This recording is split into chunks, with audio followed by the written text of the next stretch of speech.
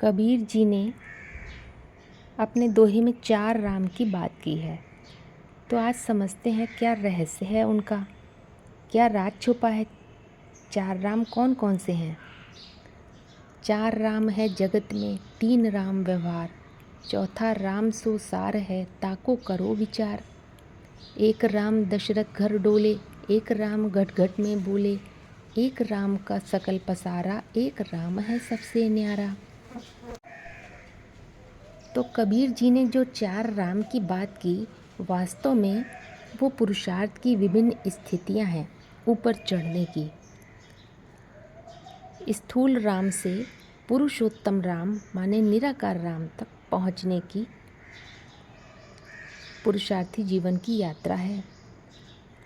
आत्म जागृति के 3 स्तर होते हैं: स्थूल शरीर, सूक्ष्म शरीर और कारण शरीर। तो पहला राम बताया, एक राम दशरथ घर डोले। ये है स्थूल जगत की बात, माना देहभान की परिभाषा की बात। जब ज्ञान मिलता है शुरू में तो अधोमुखी मन के आधार पर, देहभान के आधार पर ही ज्ञान को समझते हैं और देहभान की परिभाषाओं में ही रमण करते हैं। स्थूल चित्रों में ही बुद्धि रमण करती है, मन बुद्धि। जैसे छोटा बच्चा होता है तो उसके अंदर चेतना निम्न स्तर की होती है, पशु के स्तर की, सिर्फ प्रकृति के लेवल की। वो शरीर से बढ़कर कुछ और नहीं देख पाता है। तो ये पहला राम है, जिसके लिए बोला एक राम दशरथ घर डोले। एक राम घट घट में बोले। घट घट माने बुद्धि रूपी घड़े की बात है। उससे ऊंची स्थिति जब बनती है तो सूक्ष्म जगत में प्रवेश करते हैं, माना संकल्पों की दुनिया में प्रवेश करते हैं। मनन चिंतन मंथन के आधार पर तब मन बुद्धि सत्य में रमण करती है। तो ये बुद्धि रूपी घड़े की बात है। घट घट में राम डोल रहा है, माने सूक्ष्म शरीर की बात। अब चेतना का स्तर थोड़ा ऊंचा उठ गया, अब पुरुषार्थी विचारक बन जाता है। अब वो शरीर की बात नहीं करता है, वो सिद्धांतों की बात करेगा, विचारधारा की बात करेगा। अब वो व्यक्तियों की बात नहीं करता, व्यक्तियों को नहीं देखता है, उनकी सिद्धांतों को, उनके विचारधारा को देखता है। तीसरा राम है एक राम का सकल पसारा। तो ये कारण शरीर की बात है। तीसरा स्तर है आत्म जागृति का कारण शरीर, माने जब पुरुष रूप पुरुषार्थी संपन्न स्थिति में पहुंचता है तो अपने मूल भाव से कनेक्ट हो जाता है। आत्मभाव, आत्मभाव माने अपने कारण, अपने अस्तित्व के कारण की पहचान होती है, अपने सार की पहचान होती है, जिस सार से सारा संसार विस्तारित होता है। अब पुरुषार्थी विचारों को नहीं देखता, सिर्फ उसके उद्गम को जानने का प्रयत्न करता है, अपनी अहम वृत्ति को, कारण की खोज करता है। और कारण की पहचान होने पर वो अपनी बीज रूप स्टेज में टिक जाता है। इसीलिए बोला एक राम का सकल पसारा। तो ये परा प्रकृति रूपी राम की बात है, अहम वृत्ति की बात है। ये तीसरा स्तर है, सुषुप्ति का स्तर है। अहम वृत्ति ही कारण है, उससे ही मन है, चेतना है, सूक्ष्म शरीर के रूप में है। इसी अहम वृत्ति के कारण से देह है, संसार है स्थूल रूप में। कारण की पहचान होना माना केंद्र पर आ जाना। तो ये 3 राम तो प्रकृति के तल पर है, जहाँ तक पुरुषार्थ किया जाता है। इसके बाद कुछ करने का नहीं होता है, करने की बात ही नहीं है। केंद्र से फिर चौथे राम तक पहुँचने की यात्रा कैसे होती है? हाई जंप, क्वांटम जंप लग जाती है अचानक, जिससे द्वैत के सर्कल से बाहर आ जाते हैं। तीसरे राम से चौथे राम तक अचानक पहुंचते हैं, हाई जंप के आधार पर, अपने करने से नहीं। तुलसीदास जी ने भी कहा है, जेहि जानहु तेहि देव जनाही, जानत तुम्हि तुम्हि हुई जाई। जिसको तुम जानते हो उसी को सारी जानकारी दे देते हो। तो इस मनुष्य सृष्टि में पहले पहले किसको मिलती है जानकारी, मैं क्या हूँ? मनुष्य सृष्टि के बाप को जानकारी मिलती है, मैं ज्योति बिंदु आत्मा हूँ।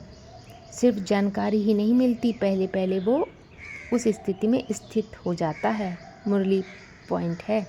तो मनुष्य सृष्टि का बाप माने मनन चिंतनशीलता का उच्चतम स्तर, जिसके आधार पर सारी सृष्टि विस्तारित होती है। आत्मभाव की बात है।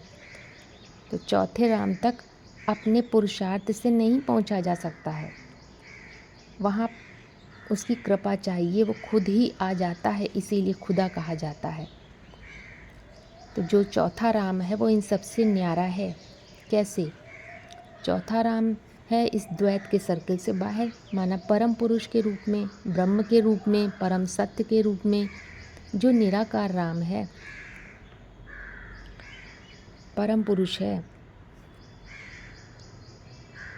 अब एक कबीर जी के जीवन का प्रसंग भी इसमें आता है कि एक बार वो राम के नाम का जाप कर रहे थे, तो कुछ तार्किक व्यक्ति वहाँ से निकले और उन्हें तंग करने के इरादे से पूछा कि किसका जाप कर रहे हो और क्यों कर रहे हो?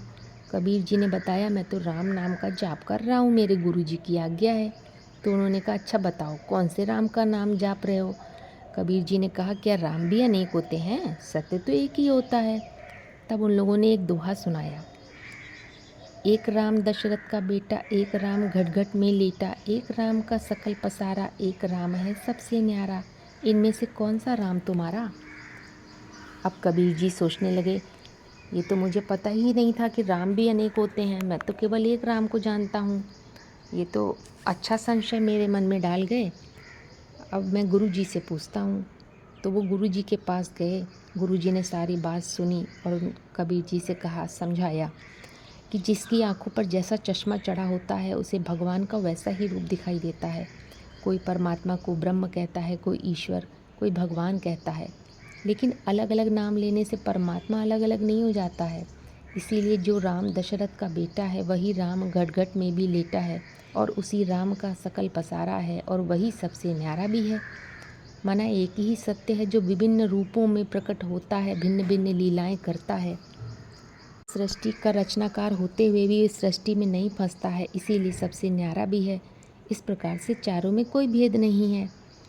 कुछ दिन बाद वही तार्किक व्यक्ति फिर कबीर जी के पास आए और ये देखने के लिए अब तो कबीर जी ने राम का सिमरन करना बंद कर दिया होगा, लेकिन उन्हें कबीर जी फिर राम का नाम जपते हुए मिले। जब उन्होंने फिर से चार राम के बारे में पूछा तो कबीर जी उनसे बोले, एक बाप तेरी दादी का छोरा, एक बाप तेरी बुआ का भाई, एक बाप पति तेरी माँ का, एक बाप तेरी नानी का जमाई, तो बताओ कितने बाप तेरे भाई?